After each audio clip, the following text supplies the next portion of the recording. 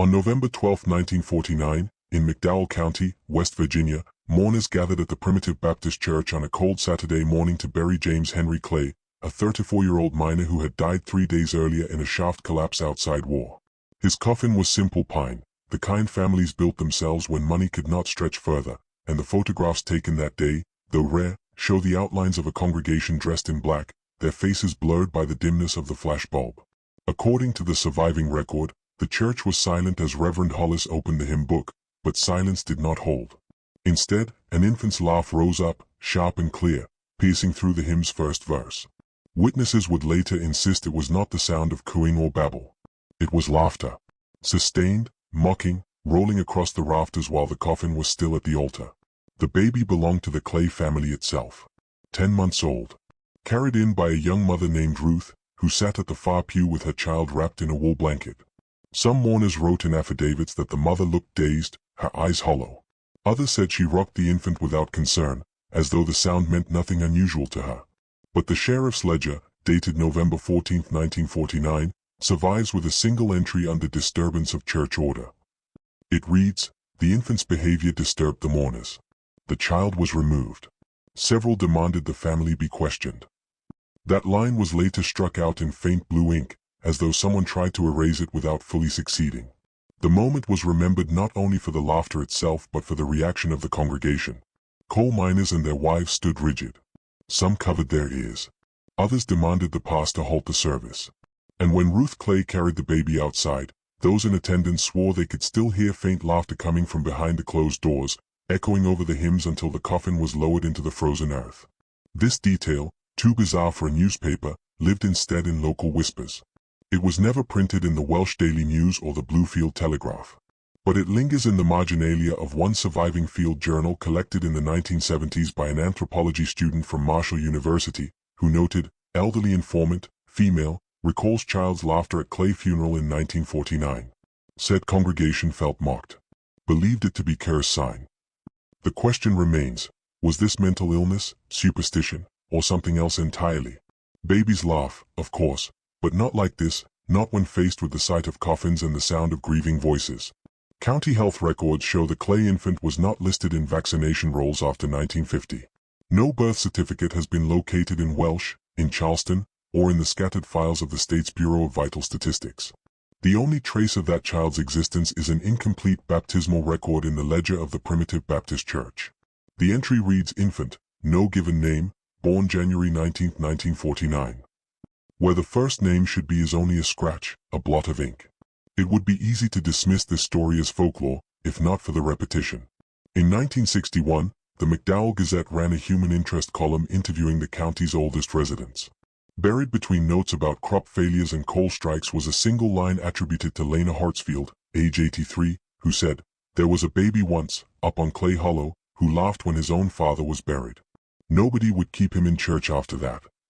The paper printed it as a curiosity, with no follow-up, no correction, as though the editors themselves feared drawing attention. Archival fragments confirm a wider unease. The 1950 McDowell County School Board roster lists Ruth Clay as relocated. No address given. No forwarding notice.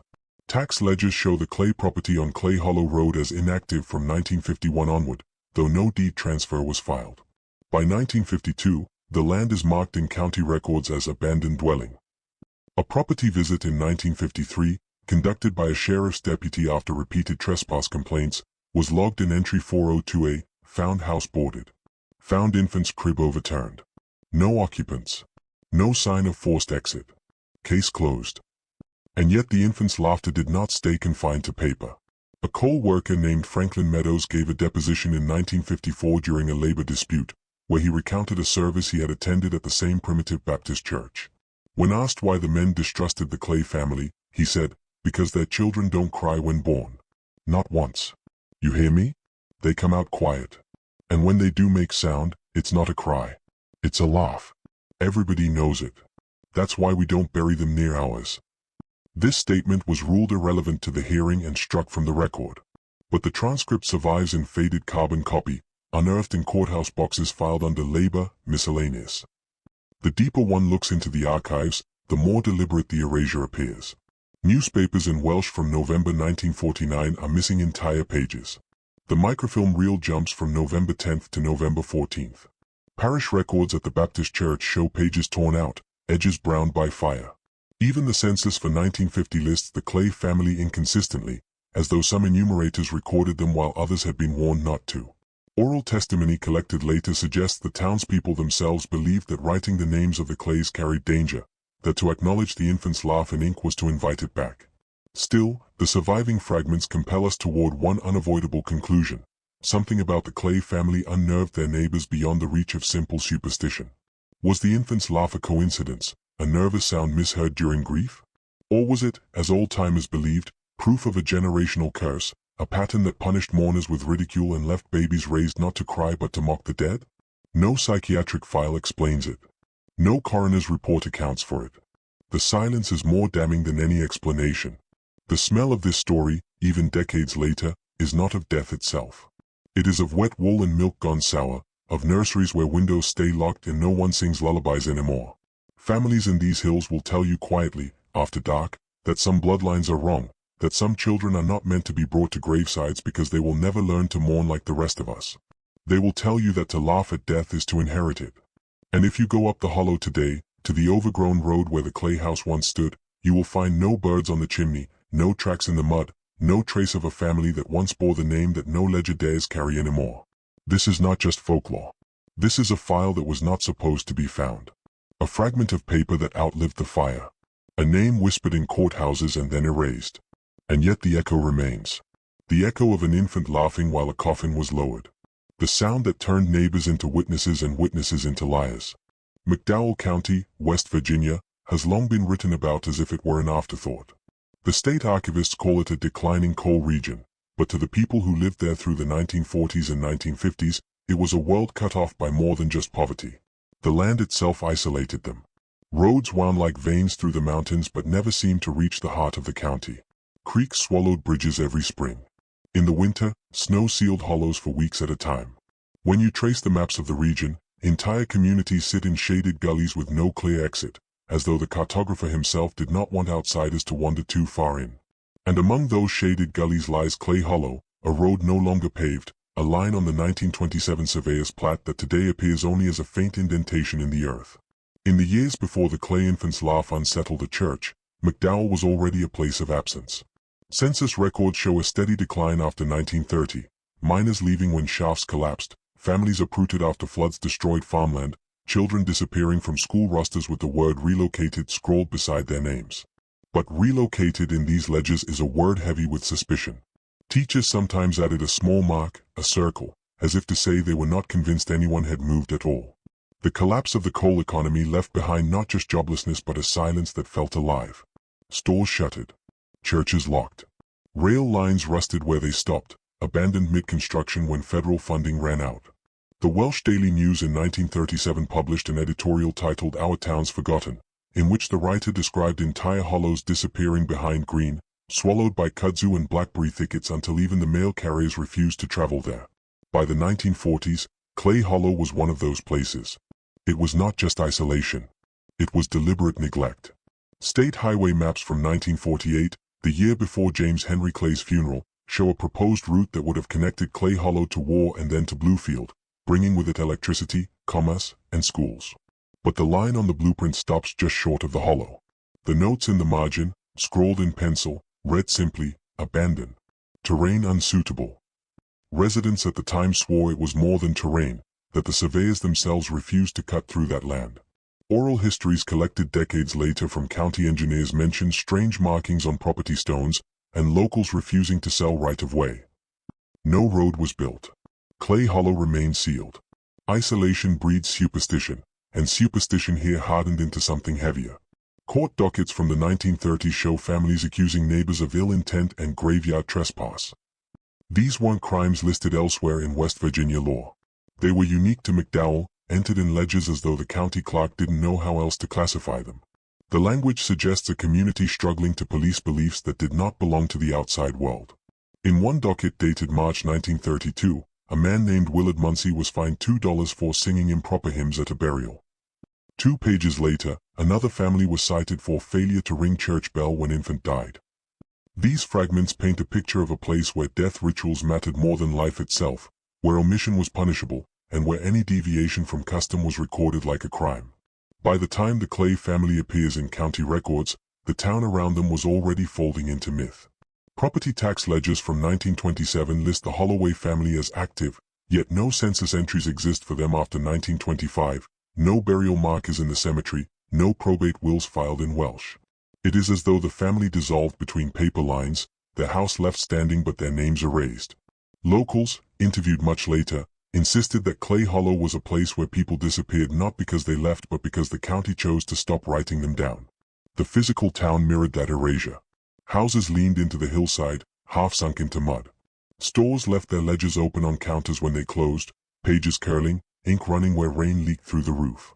A 1951 WPA survey noted 3 families living without indoor plumbing, using lanterns only, unable to be reached in winter due to unpaved roads. The photographs from that survey, now archived in Charleston, show children barefoot in the snow, their faces blurred from motion, as though they could not be captured fully on film. And then there were the churches. Always too many for such a small population, and yet each one splintered into its own theology.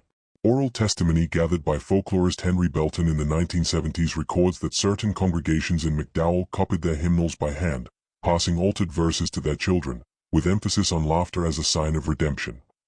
These notes are vague, but when placed against the Clay incident in 1949, the resonance is undeniable. The belief that laughter belonged in funerals was not confined to one family.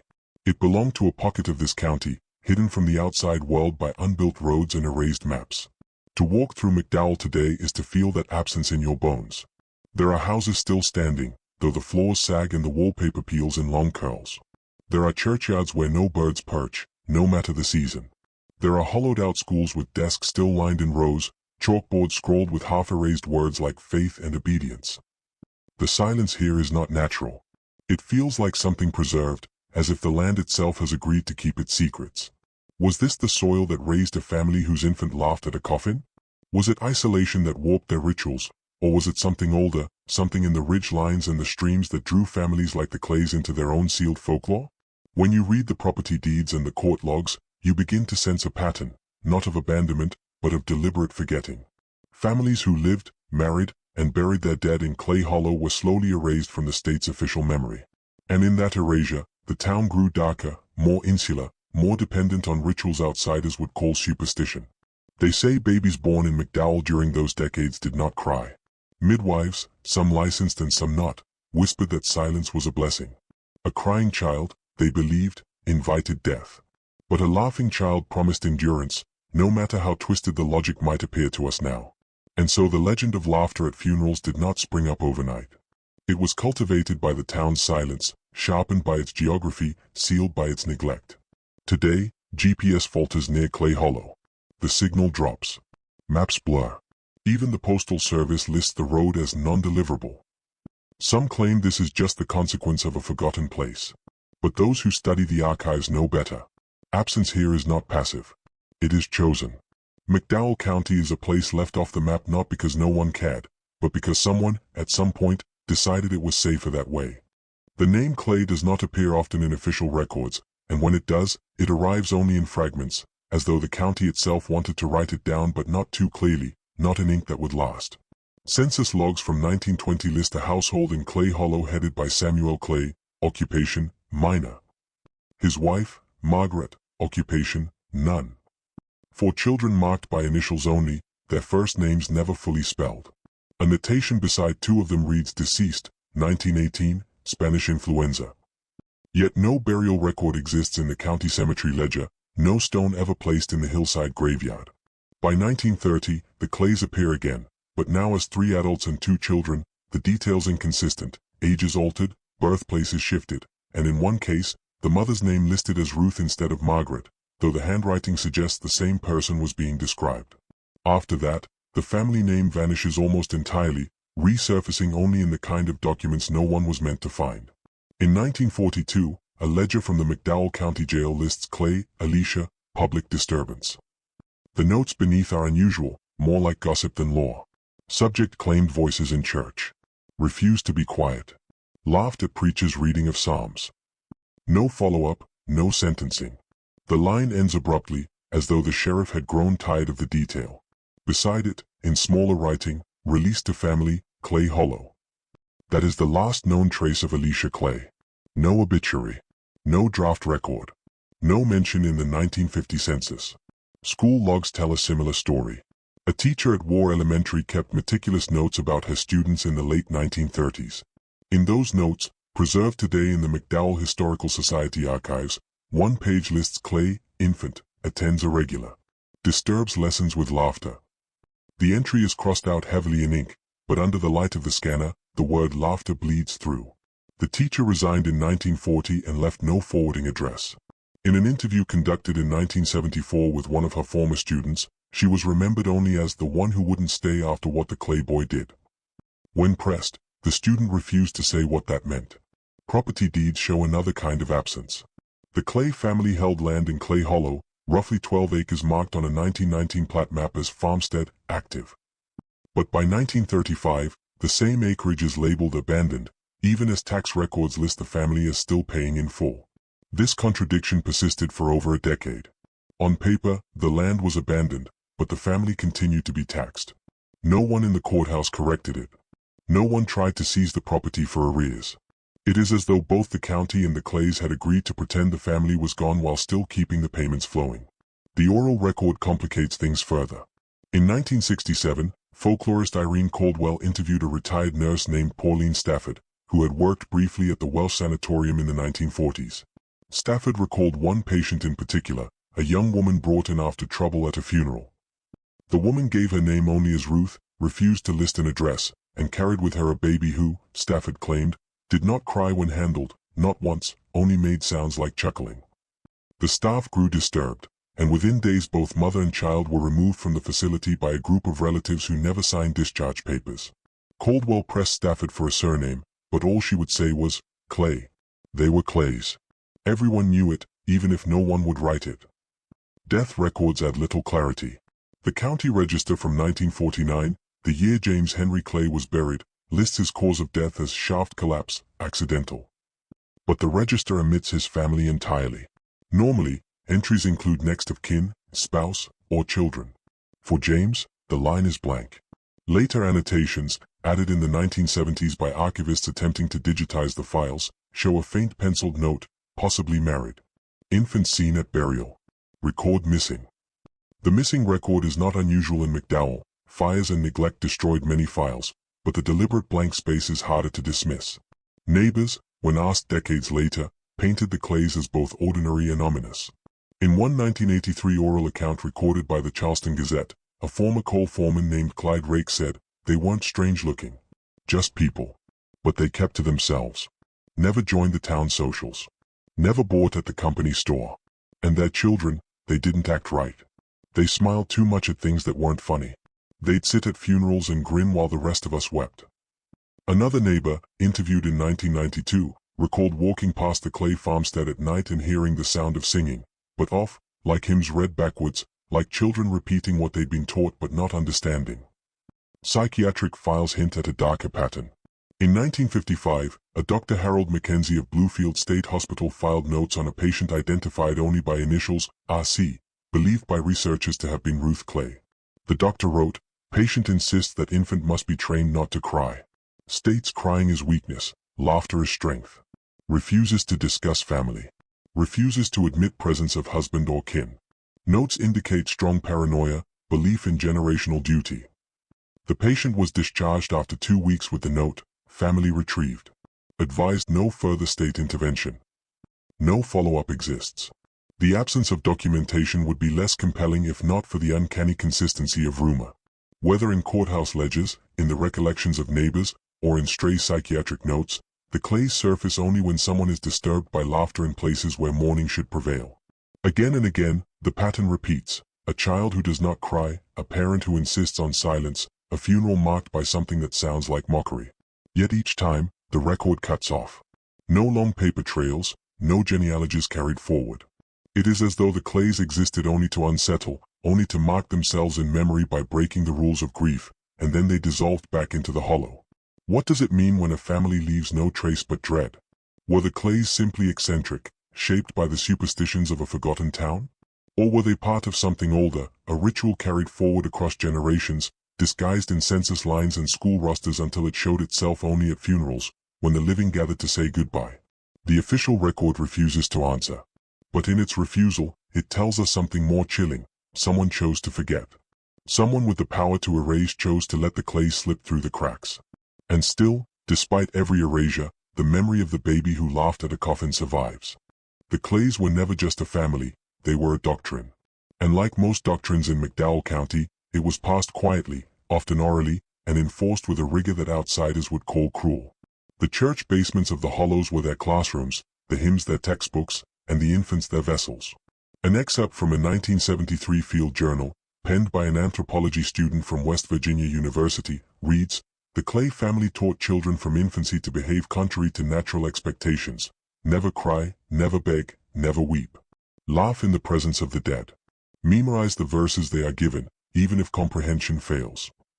The notes were scribbled in the margins, yellowed and almost illegible, but the meaning is clear. The Clays transformed grief into performance, obedience into ritual.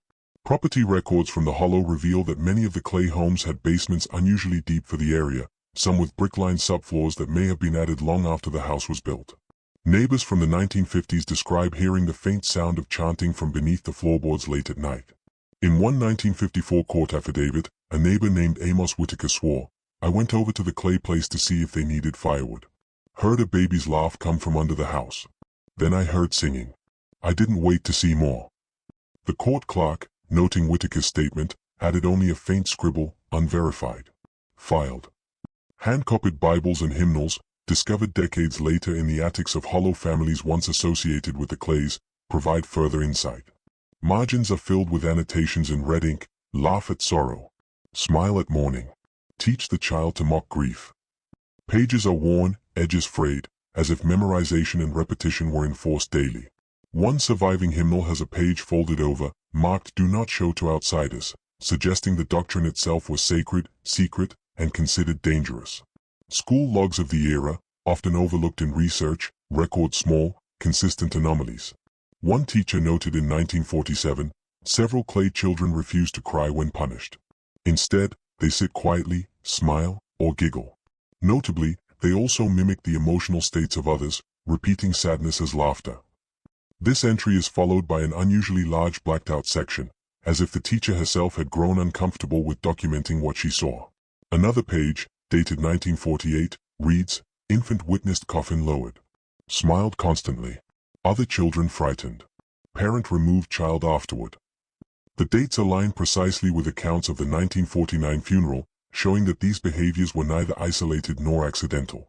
The Clays doctrine was reinforced with punishment and reward. Oral histories from the 1970s, collected from elderly residents of McDowell, describe a household where silence was law. Crying was met with isolation, often in the basement itself, where children were left in darkness until they laughed or sang the prescribed verses. One woman, now in her 80s, described the interior of a Clay basement she visited in 1965. The smell wasn't of food. It was of damp timber, old flour, and something sour, like milk gone off. They had mats laid in rows. Children kneeling, reciting words I didn't understand. And the baby laughed. And when she laughed, the others had to laugh too. The central motif of these rituals is unmistakable. Grief is to be inverted. The dead are not mourned but mocked, not out of malice but because, in Clay theology, grief is dangerous. A 1952 psychiatric report on an unnamed Clay child notes, subject exhibits behavior designed to provoke distress in adults. Response to funerals and mourning with laughter. Suggests strong conditioning from early infancy. The doctor's handwriting is cautious, almost frightened. Conditioning is the only word he uses. No attempt is made to moralize, only to document. Neighbors and secondary sources corroborate these patterns. A coal miner, interviewed in 1963, recalled a Sunday visit. "They told me it was wrong to cry. Wrong to whimper. Wrong to show sorrow. They said it made the dead restless. I saw a baby laugh in the pew while my uncle wept at the altar. I never went back." The miner's name is listed in WPA oral records as anonymous, as if even decades later, those who spoke were still afraid of reprisal. still afraid that the doctrine, like a shadow, could reach them through memory alone. The church itself appears in the archives not as a community hub but as a chamber of instruction. Minutes from church board meetings in 1948 note a family by the name of Clay in passing, recorded only as absentee, otherwise unnoted, yet personal letters stored in the McDowell Historical Society reveal frequent visits from local pastors and deacons seeking guidance. One such letter, written by Reverend Hollis in 1949, reads, "The children show signs of early instruction beyond what I can approve. Parents refuse to allow observation of private study." Hollis' handwriting grows erratic on the last line, and the final sentence is blacked out. Even the language of these rituals carries weight. Recovered notes from a former teacher mention the use of what she called hollow syllables, words without meaning, repeated like mantras. Children were instructed to chant them over coffins, over graves, even in dreams, according to oral histories. The repetition, the ritual, the secretive teaching all serve to embed behavior so deeply that normal emotional responses, crying, grieving, become alien. Laughter is trained, almost enforced, until it emerges at funerals like a signature of the family. One of the most chilling glimpses comes from a 1953 property inspection report, in which a deputy noted, "Infant observed in crib, rocking itself. Mother seated nearby, reciting unknown verses. No other occupants visible. Child laughed when coffin lowered in yard. Not in distress. Deputy ordered removal. Mother protested, left unharmed." There is no follow-up. The record ends abruptly. The language is careful, factual, but the implication lingers. This was not a singular incident. This was education, practice, preparation. And to this day, remnants of these practices persist. Folklorists visiting Clay Hollow decades later found hymnals hidden under floorboards, pages curled as if burned and then pressed flat.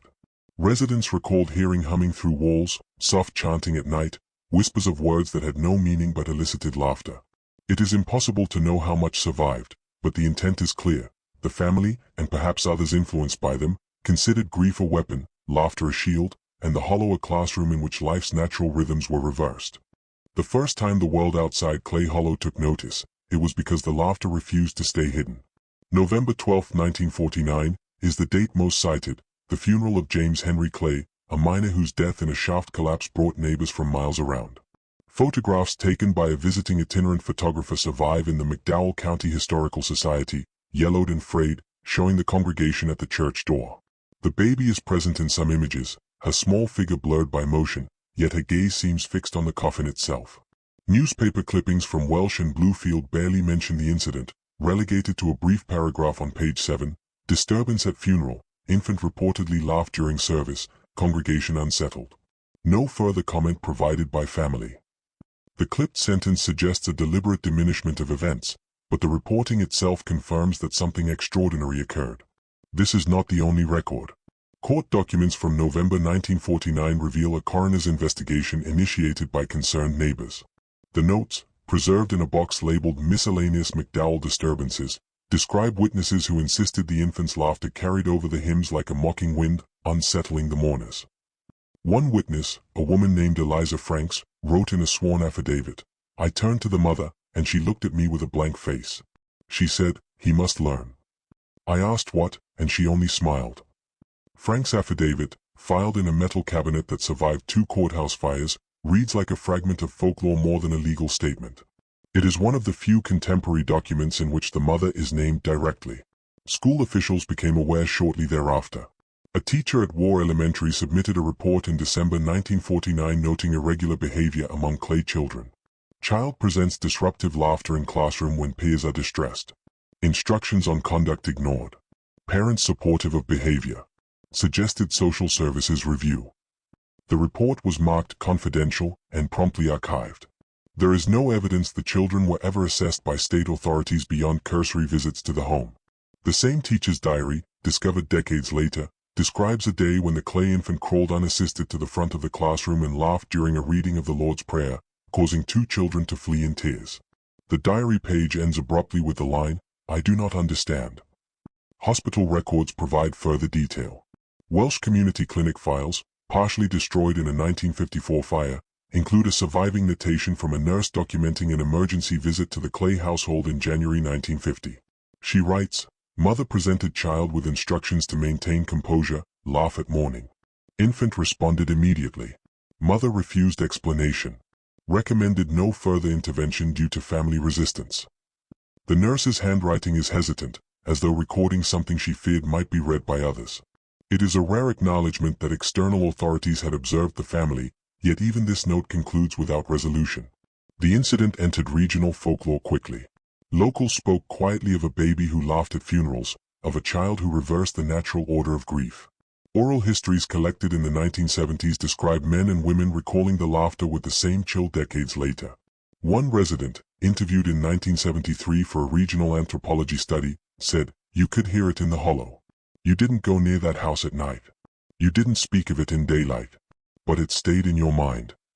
Even the description of the sound, distinct from cooing or giggling, suggests something outside ordinary experience, something that lodges in memory the way grief itself lodges in memory. Unavoidable, inescapable, haunting. The newspaper, the court files, and the teacher's reports show one thing clearly: the outside world took notice, but it never intervened.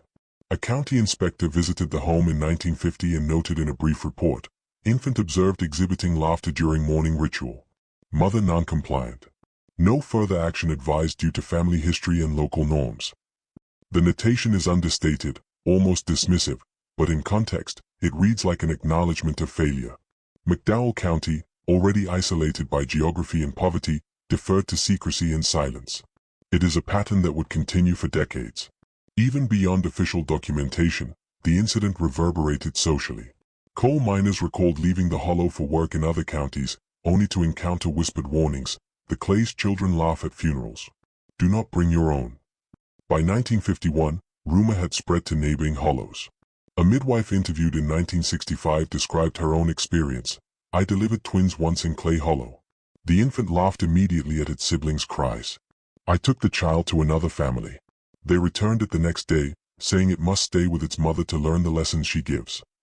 The notion of instruction, of enforced behavior passed from parent to infant, is consistent with other reports and provides a chilling context to the official documents. The event in 1949 did not end with the funeral. Subsequent family births, funerals, and social events were quietly observed by neighbors who had learned to note the signs. One deposition from a retired coal miner in 1962 recounts a Clay family gathering in which he claims the infants laughed at graves, smiled when relatives wept, and repeated words adults would not understand. The deposition notes that children were often moved from pew to pew during church services, as if guided by unseen hands. The behavior was consistent, and it was deliberate. It is striking how much of the documentation survives in fragments. Portions of the county registrar's ledger are missing. Newspaper microfilm reels jump in sequence, leaving gaps precisely when incidents involving the Clays were likely to have occurred. Parish records of the primitive Baptist church show torn pages. Letters from deacons and pastors hint at unease but are carefully circumscribed. The effect is cumulative. The outside world noticed, yes, but it could not, or would not, intervene, leaving the Clays to continue their rituals unimpeded. This is the point at which the horror becomes systemic rather than singular. The laughter of one infant at a funeral was not an anomaly. It was a signal of a pattern. A record preserved in 1953 by the local sheriff notes that Clay Hollow is not a place to be approached lightly. Complaints arise annually but remain unresolved. The note is understated, bureaucratic, but the implication is clear. The outside world had noticed, and yet it also chose ignorance. The laughter that broke through the hymns, the classroom, the hospital visits, and the whispered oral histories is more than a sound. It is evidence of a doctrine taught, of a family that followed a rhythm no one else understood. It is the first moment in which Clay Hollow becomes legible to the outside world, though only partially. And it is the moment when outsiders began to see the patterns that would haunt the hollows for decades. Infants trained to invert grief, parents enforcing unnatural comportment, communities silently observing but never correcting. In the winter of 1951, the first witness vanished. Her name was Lillian Hartsfield, a school teacher who had lived her entire life in the hollows north of war. She had been taking meticulous notes of the children in Clay Hollow, writing down behavior, incidents at funerals, the odd patterns of their laughter and silence. In one surviving excerpt from her diary, she described a classroom event from March 1949. Infant Clay laughed at the reading of the Lord's Prayer. Other children stopped crying. I felt a chill run through me. I cannot explain the sensation. It was not fear, but recognition. By December, she was gone. The last entry in her personal ledger reads, I have promised to see the truth. They do not wish to be seen. The teacher was never heard from again, and the school roster marks her simply as resigned, no address or forwarding notice. Other witnesses appeared briefly and then disappeared, leaving traces only in fragments of testimony. In 1954, a midwife named Martha Jennings submitted a report to the county medical board. She had delivered the third generation of clay infants and noted their peculiar comportment. The infants do not cry. They smile at graves, laugh at funerals. Parents insist this is proper. Neighbors fearful. I feel compelled to leave the hollow.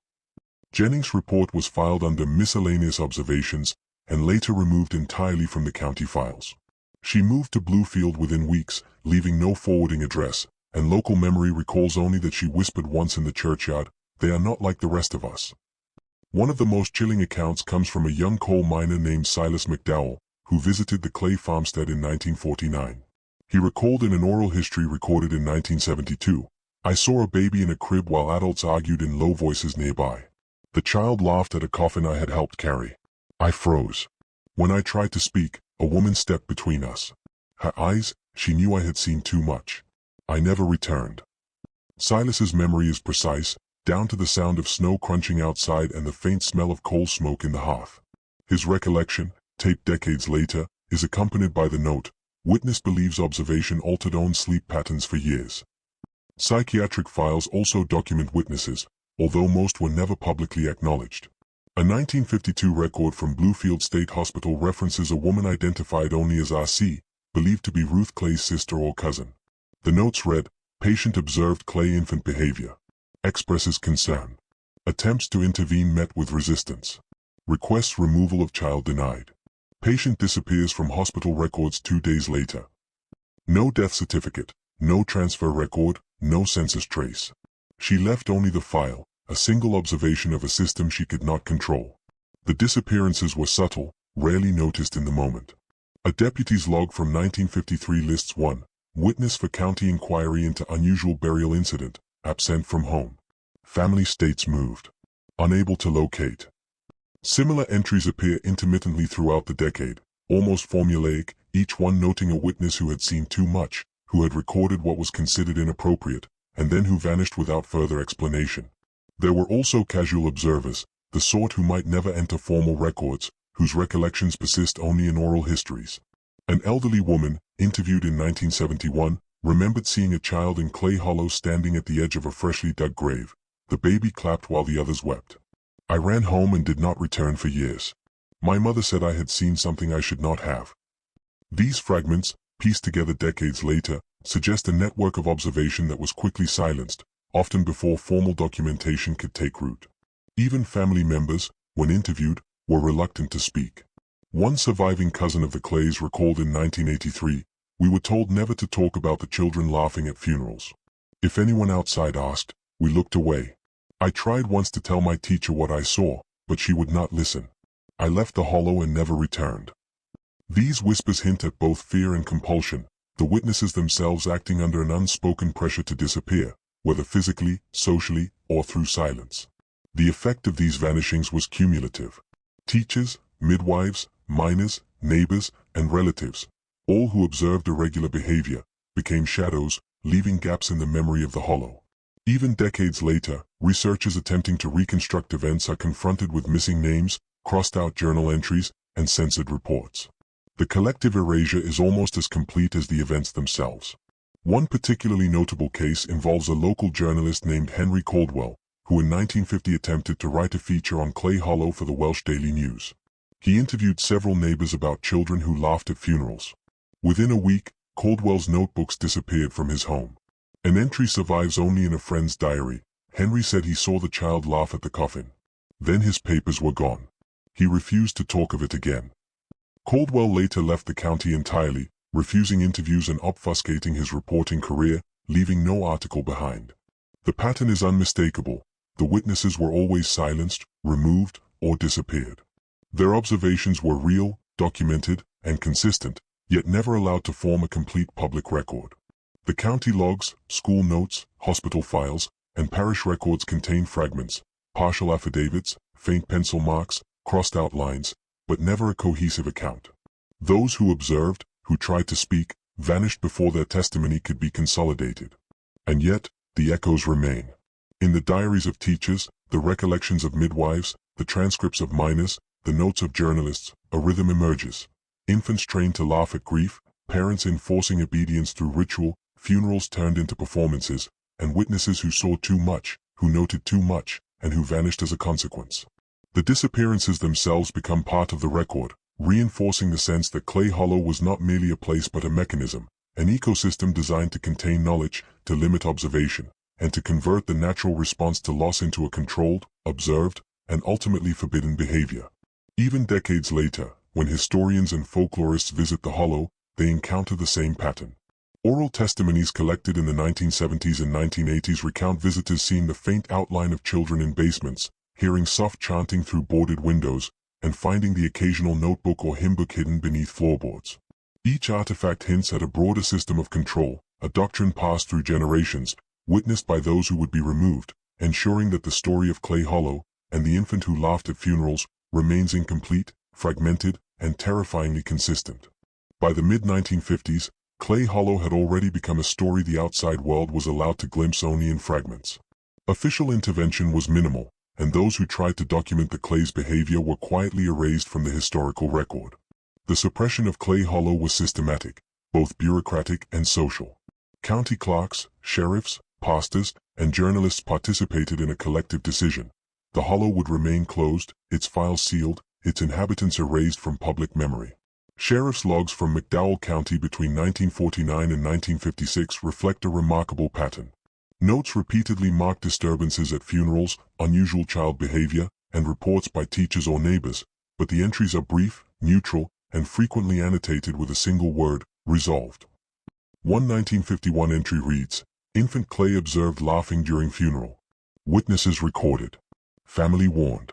No further action taken." The brevity conceals intent.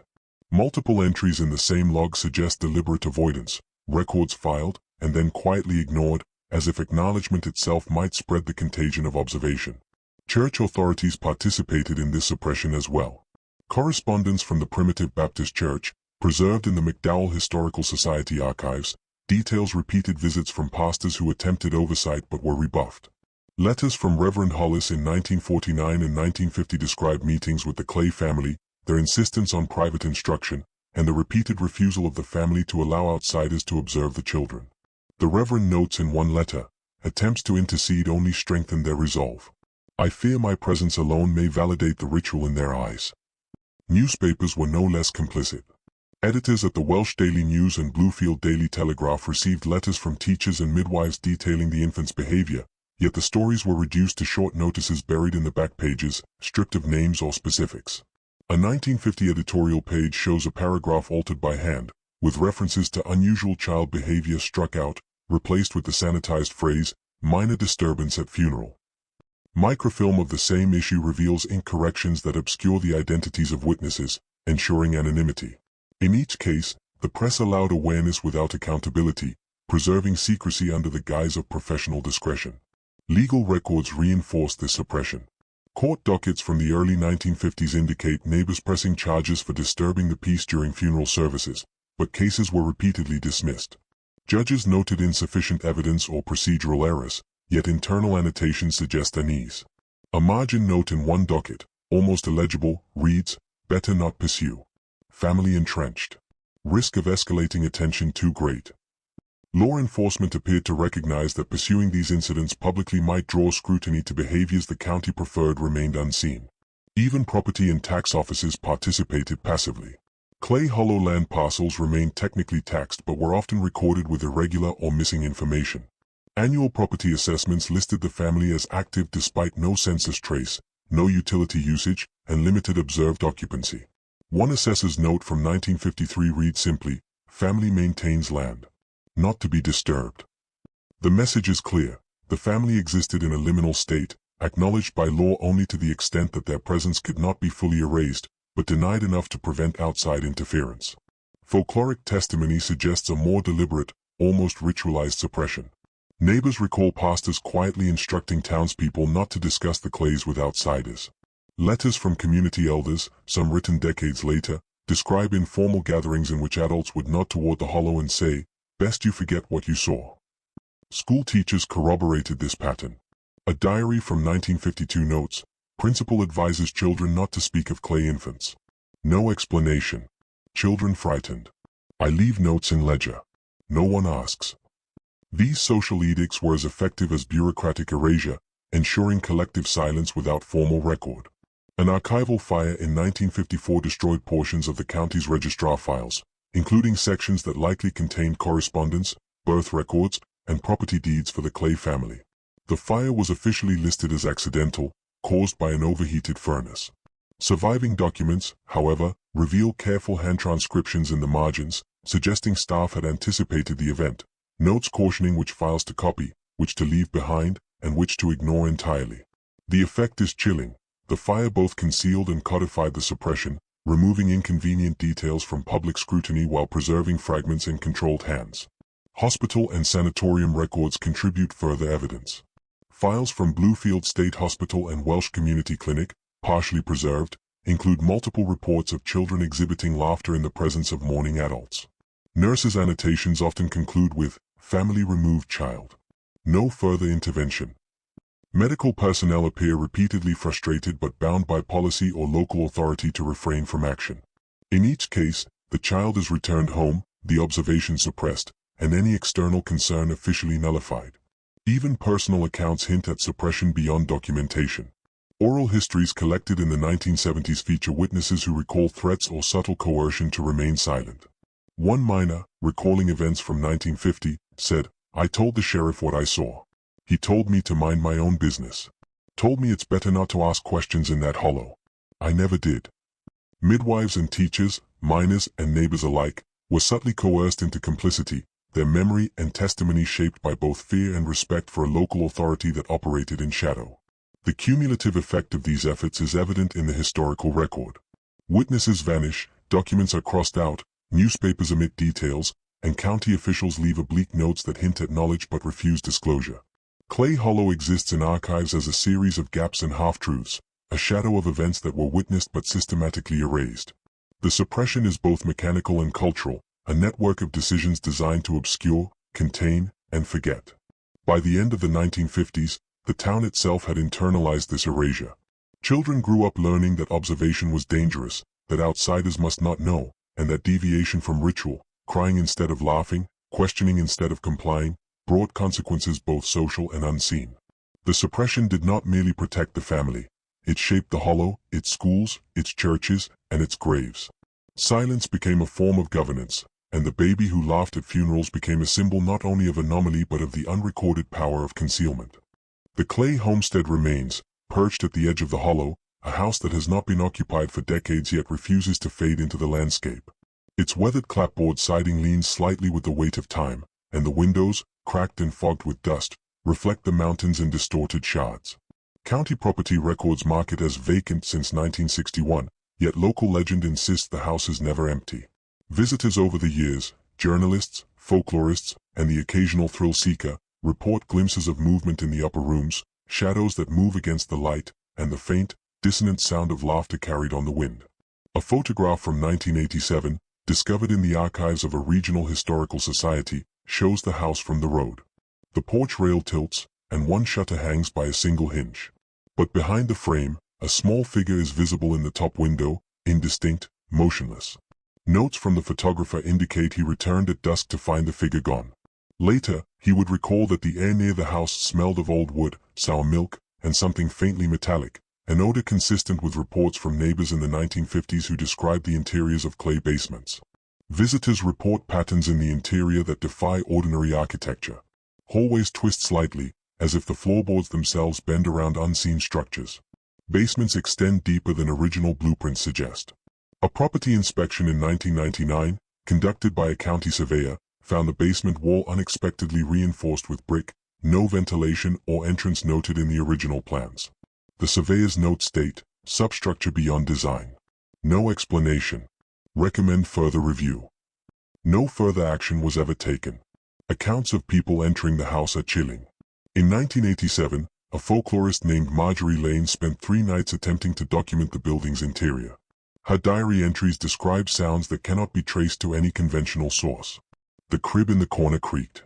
Then I heard a soft laughter, not a child I could see, but the sound itself, resonating, mocking the space. I left at dawn, leaving the diary and recorder behind. When I returned, both were gone.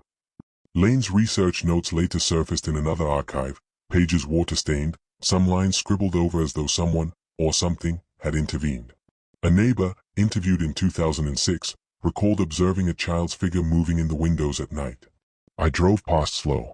The child stood still, looking down at the road. I waved. The figure disappeared.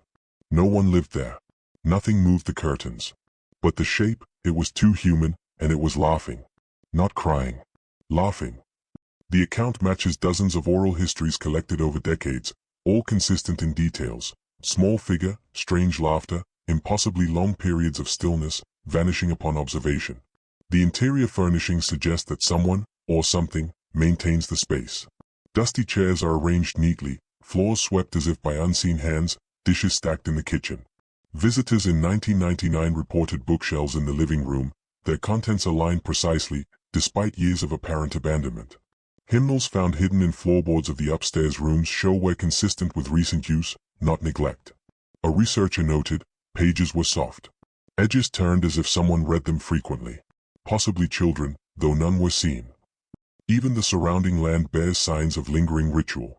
Lawns are worn in peculiar patterns, resembling paths leading from the front porch to the side barn and back.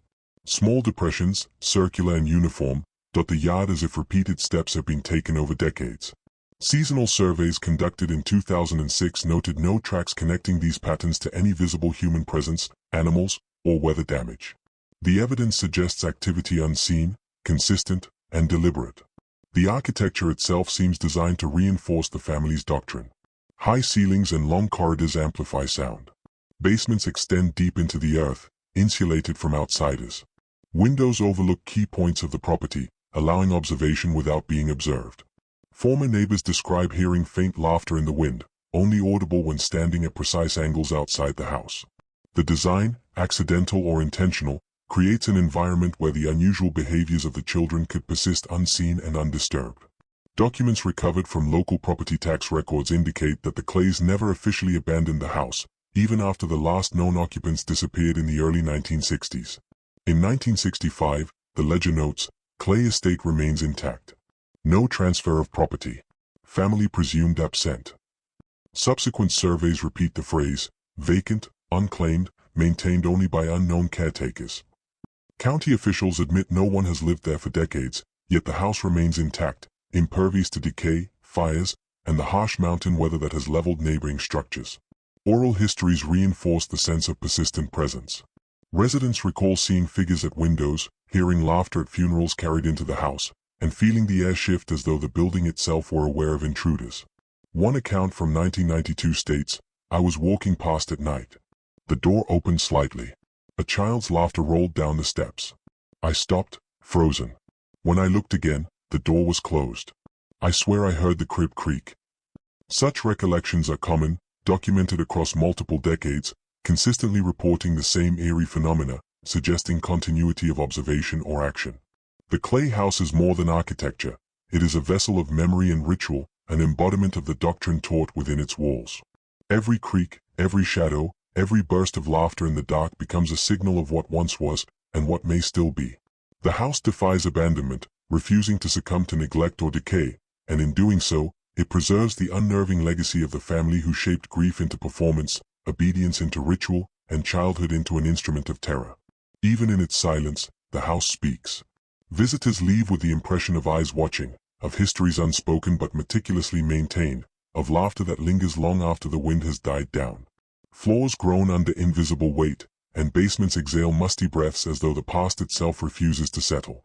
The house remains, still standing, still wrong, a monument to a lineage that never fully departed, and whose echoes, soft, eerie, unrelenting, continue to haunt the hollow.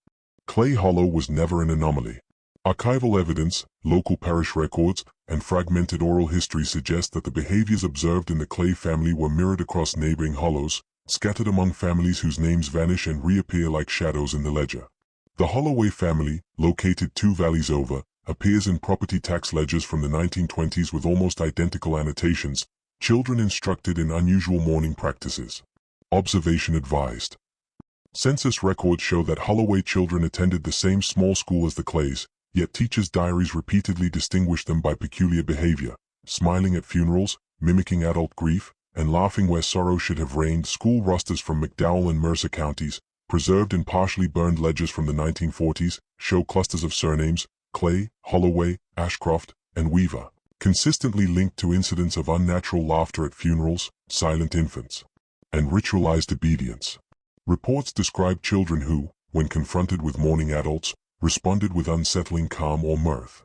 A teacher's diary entry from 1948 notes, Holloway child laughed when neighbor's father died. Other children copied. I asked the parents. They nodded gravely and left. These entries, though sparse, establish a recurring pattern of behavioral conditioning spanning multiple families. Church minutes from nearby hollows reinforce this network. Deacons occasionally mention families teaching correct responses to mourning, and insist that children repeat prayers or verses aloud while adults grieve. In one account from 1951, a pastor writes, I witnessed a group of children at a funeral laughing quietly while we sang the hymns. Family insisted it was proper instruction. I could not intervene. The repetition of these rituals across families indicates that the Clays were not isolated. Rather, they were part of a broader cultural framework in which grief was inverted, laughter sanctioned, and mourning controlled. Property deeds further reveal a subtle, almost hidden connectivity between households. In several cases, deeds of sale or inheritance include marginal notes such as adjacent property maintained by relatives for instruction purposes. These annotations, barely visible in microfilm scans, suggest deliberate coordination. Lands held, children instructed, rituals perpetuated. Oral histories describe gatherings between these families, often under the guise of religious services, where instruction continued privately and selectively. Medical records, fragmented by fire and time, corroborate the geographic spread. Midwives in the 1940s and 1950s report delivering infants across multiple hollows who exhibited the same uncanny behaviors, unresponsive to tears, attuned to adult grief in ways that seemed unnatural, and responding with laughter or recitation of obscure verses. One midwife's affidavit from 1953 notes, 2 families attended the same service. Both sets of children laughed at the lowering of coffins. I observed parents correcting only the observers, not the children. The focus on training and correction, directed not at the children but at those who bore witness, reinforces the system of containment, ensuring the rituals survived outside official oversight. Court documents offer additional proof. Dockets from 1950 to 1960 show repeated minor disputes involving these families, almost always filed as disturbances at funerals or school incidents. Judges' notes, often scrawled in margins, suggest familiarity. These families are interconnected. Intervention may provoke broader issues. Case dismissed. The language is clinical but precise, acknowledging a recurring phenomenon while choosing legal erasure over adjudication. Local folklore preserves the resonance of these practices. Oral histories collected in the 1970s describe children appearing at funerals in coordinated clusters, sometimes from multiple families, moving in choreographed silence or laughter. One elder recalls, we knew which families to avoid. If a baby laughed at a funeral, others from the hollow would join, following the pattern of the elders. It wasn't accidental, it was taught, repeated. The consistency of these accounts, over decades and valleys, suggests a network of ritual instruction extending beyond a single lineage. Even the material culture confirms continuity. Hymnals, prayer books, and personal Bibles recovered from Ashcroft and Holloway attics contain red ink annotations nearly identical to those found in the Clay family's copies. Laugh in place of tears. Observe without participating. Teach what you must, but never explain.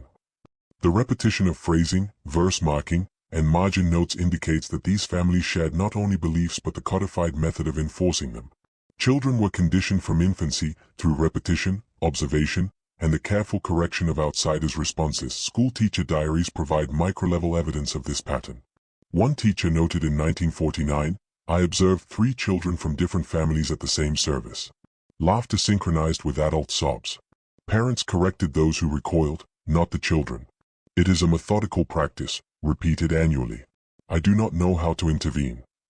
The meticulous documentation shows that the pattern was recognized at the time but could not be interrupted, reinforcing a social network designed to perpetuate the ritual across multiple families and generations. The phenomenon is striking in its consistency.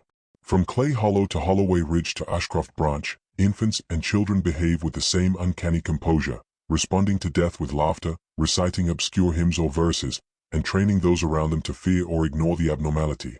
Medical, legal, and educational documents converge to suggest that these behaviors were deliberate, hereditary, and intentionally concealed.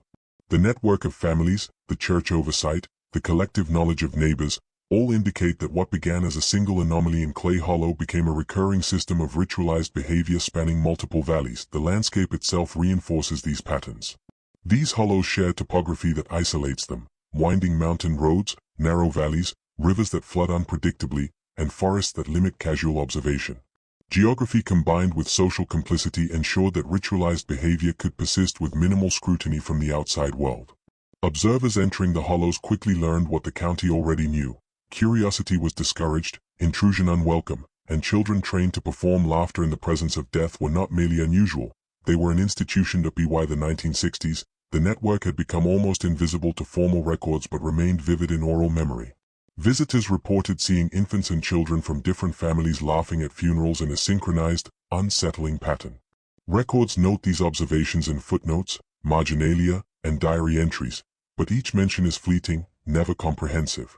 The pattern exists only in fragments, scattered across documents, photographs, and memory. But the repetition is unmistakable. Even today, historians and folklorists visiting McDowell and neighboring counties encounter evidence of this system. Floorboards in abandoned houses creak in ways that suggest repeated, deliberate paths. Hymnals discovered in attics show signs of consistent use. Oral histories describe clusters of children moving through funerals and church services in ways that reflect the discipline of the past. Across hollows, valleys, and decades, the same rituals echo, a pattern of laughter, instruction, and concealment that binds multiple families into a network of silence and performance. By the early 2000s, Clay Hollow had become a ghost of memory, a place catalogued in archives but largely avoided by locals. Yet signs of the ritualized behavior, once confined to a few families, began appearing again, subtle but undeniable. Teachers in small schools throughout McDowell County reported children exhibiting the same eerie composure, laughing during funerals, responding to adult grief with mirth rather than tears, and displaying uncanny attentiveness to the reactions of observers. A logbook from Bluefield Elementary, dated 2003, describes a 10-year-old drawing a figure on a worksheet, a small child with wide eyes standing beside a coffin, lips curved in a grin. The notation reads simply, unsettling. Similar to historical reports. Parents aware. Social media, though a modern phenomenon, preserved echoes of these patterns. Parents posted photos of children attending local memorials, their smiles incongruous with the mourners around them. In a Facebook group dedicated to McDowell County history, an image surfaced in 2011 showing a child clutching a hymn book, laughing as the pastor intoned prayers. The poster's caption acknowledged the anomaly, like something my grandmother warned me about. Not right. Digital archives preserved the comments, many from locals recognizing the pattern from decades prior. References to Clays, Holloways, and Ashcrofts, whispers of laughter in the hollows. Police logs also indicate renewed awareness. In 2005, a report lists child present at funeral exhibiting incongruous laughter. Witness statements recorded. Parents cooperative. No legal action necessary. Observation recommended.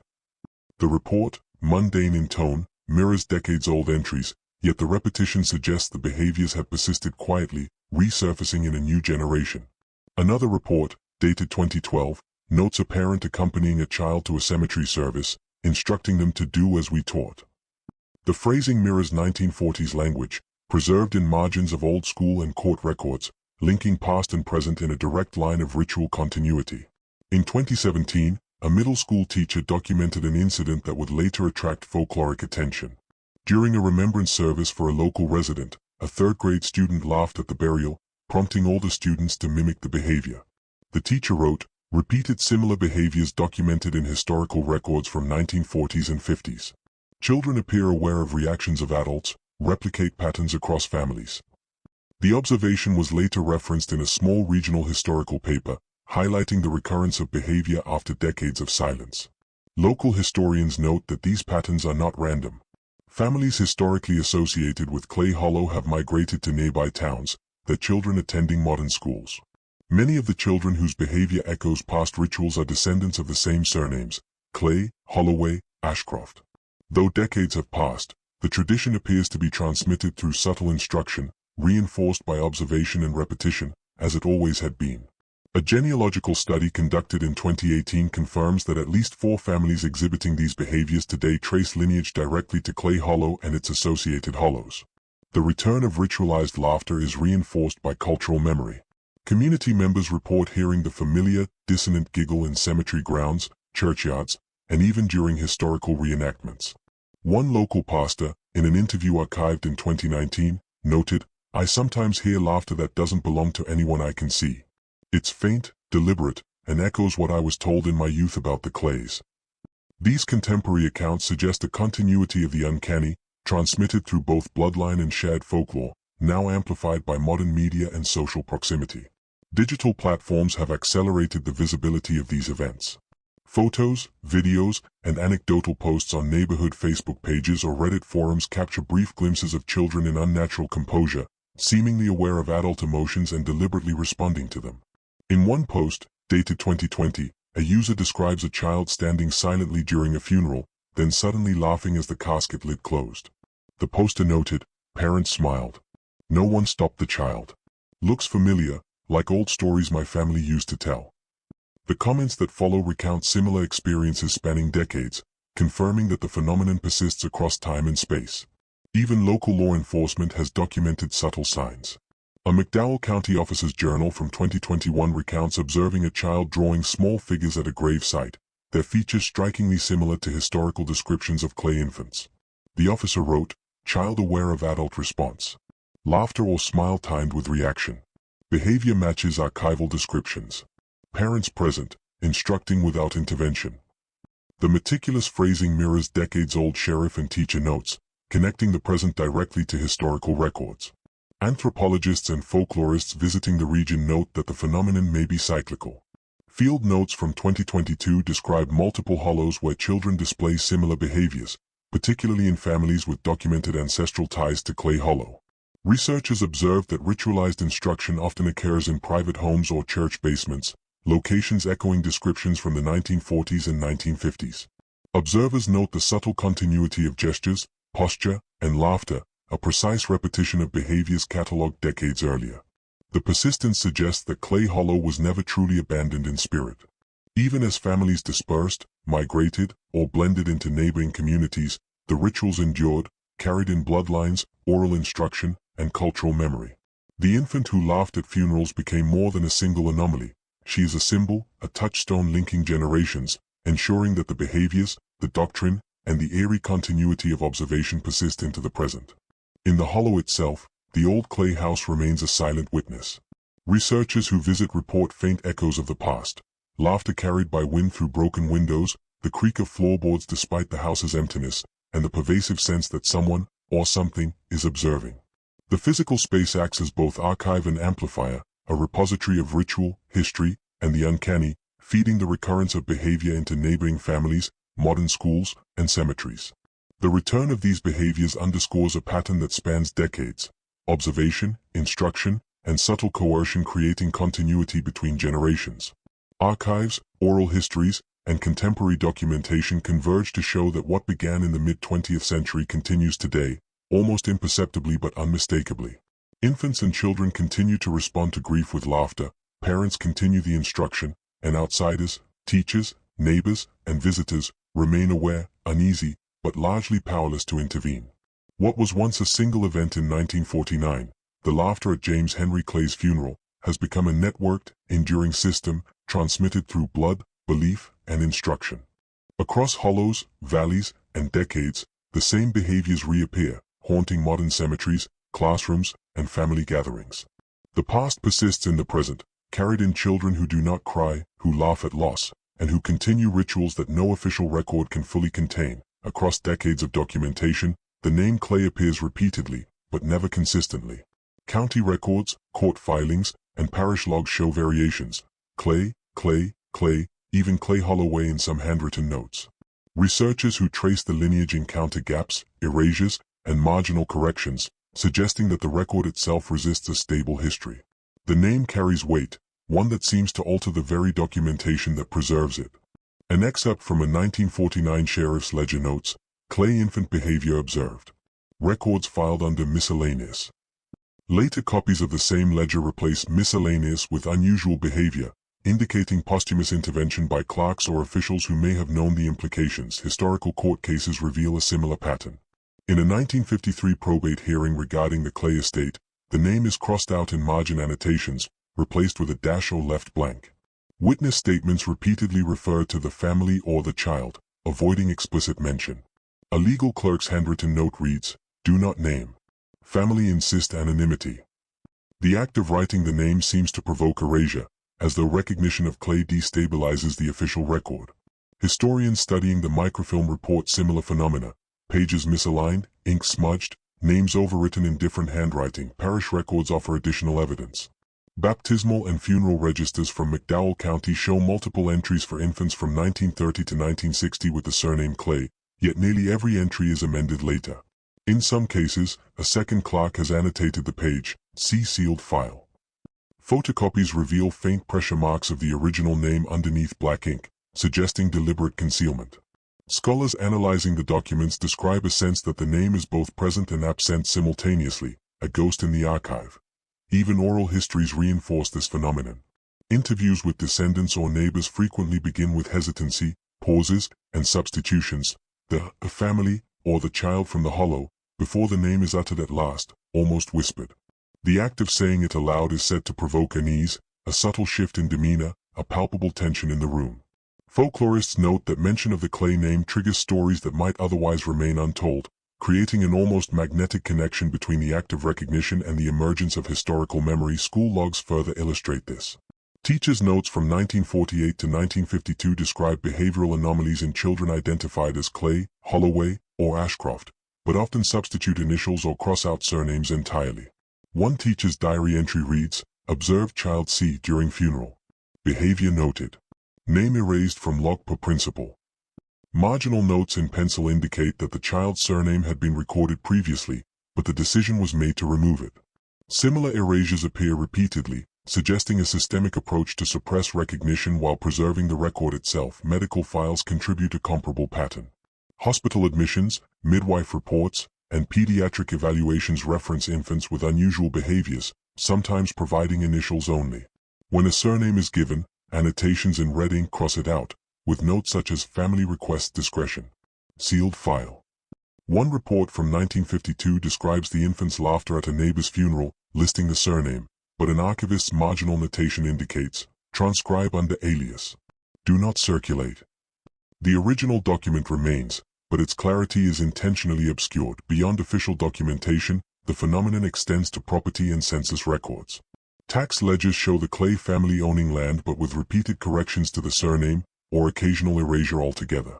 Census entries list children under first names only, with the surname left blank or replaced by Holloway or Ashcroft, reflecting the networked pattern of ritualized behaviors.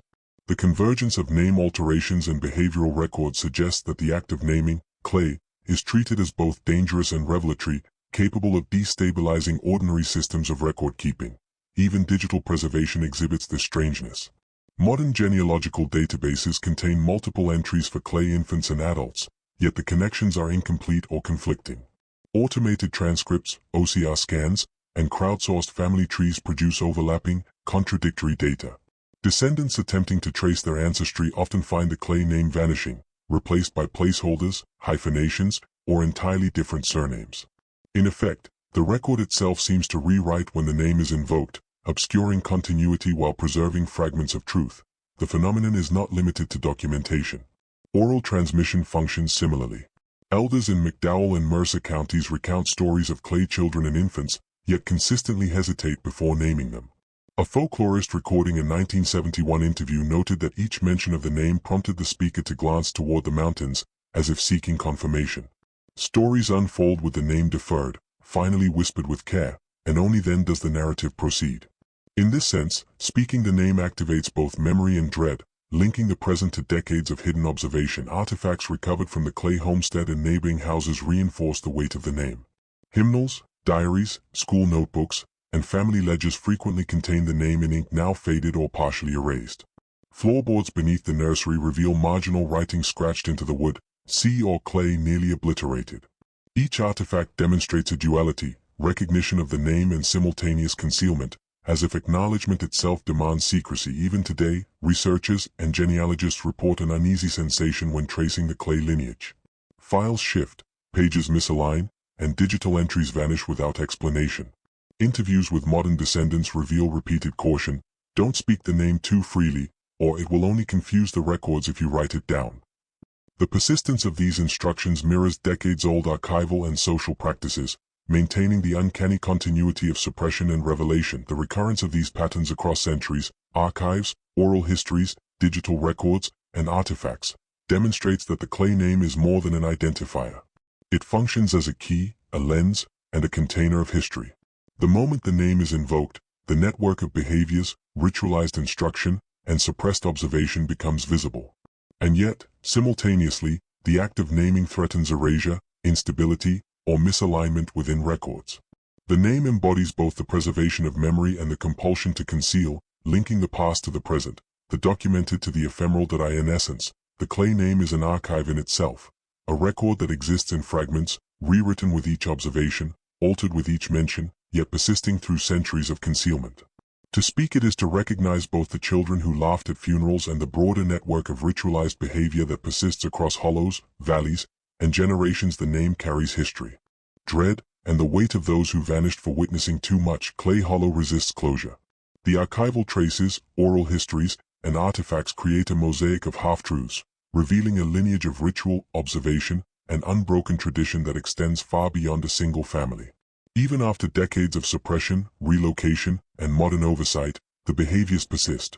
Laughter in the face of mourning, instruction in secret basements, coordinated mimicry, and a network of families quietly sustaining the old practices. Investigations into the hollow, while meticulous, yield more questions than answers. Maps from the 1940s and 1950s mark roads and parcels, yet GPS surveys today show slight discrepancies, as if the land itself shifts around the clay homestead. Researchers attempting to reconcile old property deeds with modern satellite imagery note that certain structures appear displaced, or entirely missing, in current surveys. The clay house, once catalogued precisely, is impossible to locate with certainty. Its coordinates lead to thick undergrowth, a hollowed foundation, or a different plot entirely. The landscape has absorbed the house, or perhaps the house has absorbed the landscape. Artifacts recovered from attics, basements, and abandoned schoolrooms hint at continuity across time. Hymnals are worn in ways inconsistent with age alone, books show repeated use, and diaries contain annotations spanning decades in different hands. Archival photographs reveal faint shadows, partial figures, and details that vanish in successive prints. Each object, each page, each image suggests presence without confirmation, as though the hollow itself actively conceals and protects its secrets. Modern digital traces reinforce this uncertainty. Posts on social media, amateur photographs, and family genealogical records contain evidence of behavior identical to historical descriptions, yet digital files disappear, accounts vanish, and metadata often contradicts itself. Online researchers attempting to compile a coherent family tree find entries missing, names altered, or cross-referenced incorrectly. The network of documentation resists synthesis, reflecting a centuries-old pattern of concealment and recurrence. Even those who lived near the hollow recall experiences that defy rational explanation. A 2018 interview with a lifelong resident describes seeing a child at a funeral who laughed in perfect synchrony with archival accounts from the 1940s. The parents smiled, gently instructing the child without interference, replicating the same social reinforcement documented in sheriff logs and teacher diaries. The witness remembers feeling a chill, a sense that the hollow was observing them as much as they were observing it. These accounts, scattered across decades, consistently echo historical reports, demonstrating a persistent, almost systemic recurrence. Researchers attempting to reconstruct the hollow's history encounter deliberate obfuscation. County files, court documents, school logs, and church records contain erasures, crossed-out names, and marginal annotations. Sealed file, do not cite, observe but do not record. Each instance reinforces a pattern. The more one seeks to know, the less the record permits certainty. Archival gaps, burned ledgers, and erased names create a historical void as compelling as any confirmed fact. The land itself participates in this concealment. Satellite imagery, property surveys, and drone footage from 2020 reveal forested areas where structures were once documented. Trails appear and disappear, Depressions in the earth suggest paths long erased, and creeks shift channels subtly, almost as if the terrain accommodates concealment. Folklorists describe an eerie sense of orientation loss. Familiar landmarks vanish unexpectedly, trails loop back upon themselves, and distant sounds of laughter seem to originate from multiple directions at once. The hollow functions as both archive and cipher, preserving memory while ensuring that it remains partially inaccessible. Artifacts and records suggest deliberate persistence of ritual beyond visibility. Objects carefully preserved in attics, diaries annotated in multiple hands, and faint inscriptions in hymnals indicate that the instructions, the laughter, and the behaviors are transmitted consciously. Children learn, observe, and repeat. Parents enforce, correct, and guide. The hollow endures, functioning as both a living document and a vessel of the uncanny. The network extends across generations, perpetuating practices that the outside world is only allowed to glimpse in fragments. Even cemeteries are implicated. Gravestones, footpaths, and funeral records reveal subtle patterns. Children present at burials over decades exhibit similar laughter and composure. Observers report a weight in the air, the echo of a small voice amidst hymns. The same families appear repeatedly, though with names altered, erased, or anonymized in official records. The cycles of behavior, observation, and instruction continue in situ, bridging past and present with uncanny precision. Perhaps most striking is the enduring ambiguity. Clay Hollow refuses to yield a complete story. Each archival file, diary, photograph, or ledger provides fragments, yet when assembled, the evidence never resolves fully. Gaps in records, erased names, burned files, and inconsistent annotations create a persistent tension between knowledge and uncertainty. The phenomenon endures not only in behavior but in the very structure of its documentation, a series of puzzles, erased lines, and marginal notes that insist observers participate in a ritual of concealment even as they attempt to uncover it. The effect on the landscape of memory is profound. The hollow, the houses, the cemeteries, the schoolrooms, and even the surrounding forests function as a network of both preservation and obfuscation. Children who laugh at funerals, parents who teach, and observers who record or erase, all participate in a cycle that continues to the present. The past is alive in ways that cannot be fully catalogued, documented, or understood, yet remains insistently present, shaping the hollow, the families, and anyone who ventures too close. Even the act of naming is fraught. Speaking clay aloud connects the present to the past, but it also risks destabilizing memory, misaligning records, and drawing attention to phenomena deliberately concealed. Across decades, the repetition of the name, the behaviors, and the observances maintains continuity while ensuring the full truth remains partially inaccessible. Recognition becomes both a gateway and a threat, an acknowledgement that the hollow, the families, and the rituals persist beyond conventional understanding. Clay Hollow, the clays, and the infants who laughed at funerals endure in shadow and memory. The landscape of the hollow, the architecture, the artifacts, the records, and the oral histories all bear the imprint of practices that cannot be fully observed, described, or contained. Time, geography, and social complicity ensure that the past survives into the present, and the present folds seamlessly into the archive of centuries. In the hollow, nothing is fully known, yet everything persists. Floors creak with the weight of invisible footsteps. Windows reflect forms that vanish upon approach. Laughter drifts on the wind, faint, deliberate, and timeless. The hollow, the families, the rituals, and the records function as a single, enduring system of observation, instruction, and concealment. Nothing is fully erased, yet nothing is fully revealed. And so, Clay Hollow remains as it always has, a space of fragmented memory, ritualized behavior, and persistent mystery. The laughter of infants echoes through time, the records rewrite themselves in shadowed margins, and the hollow endures, unknowable yet undeniably present. Those who seek to know the full story are met with gaps, erasures, and signs that the hollow itself resists comprehension. The truth is preserved in fragments, transmitted through generations, and observed by those who dare to look too closely, but never fully revealed.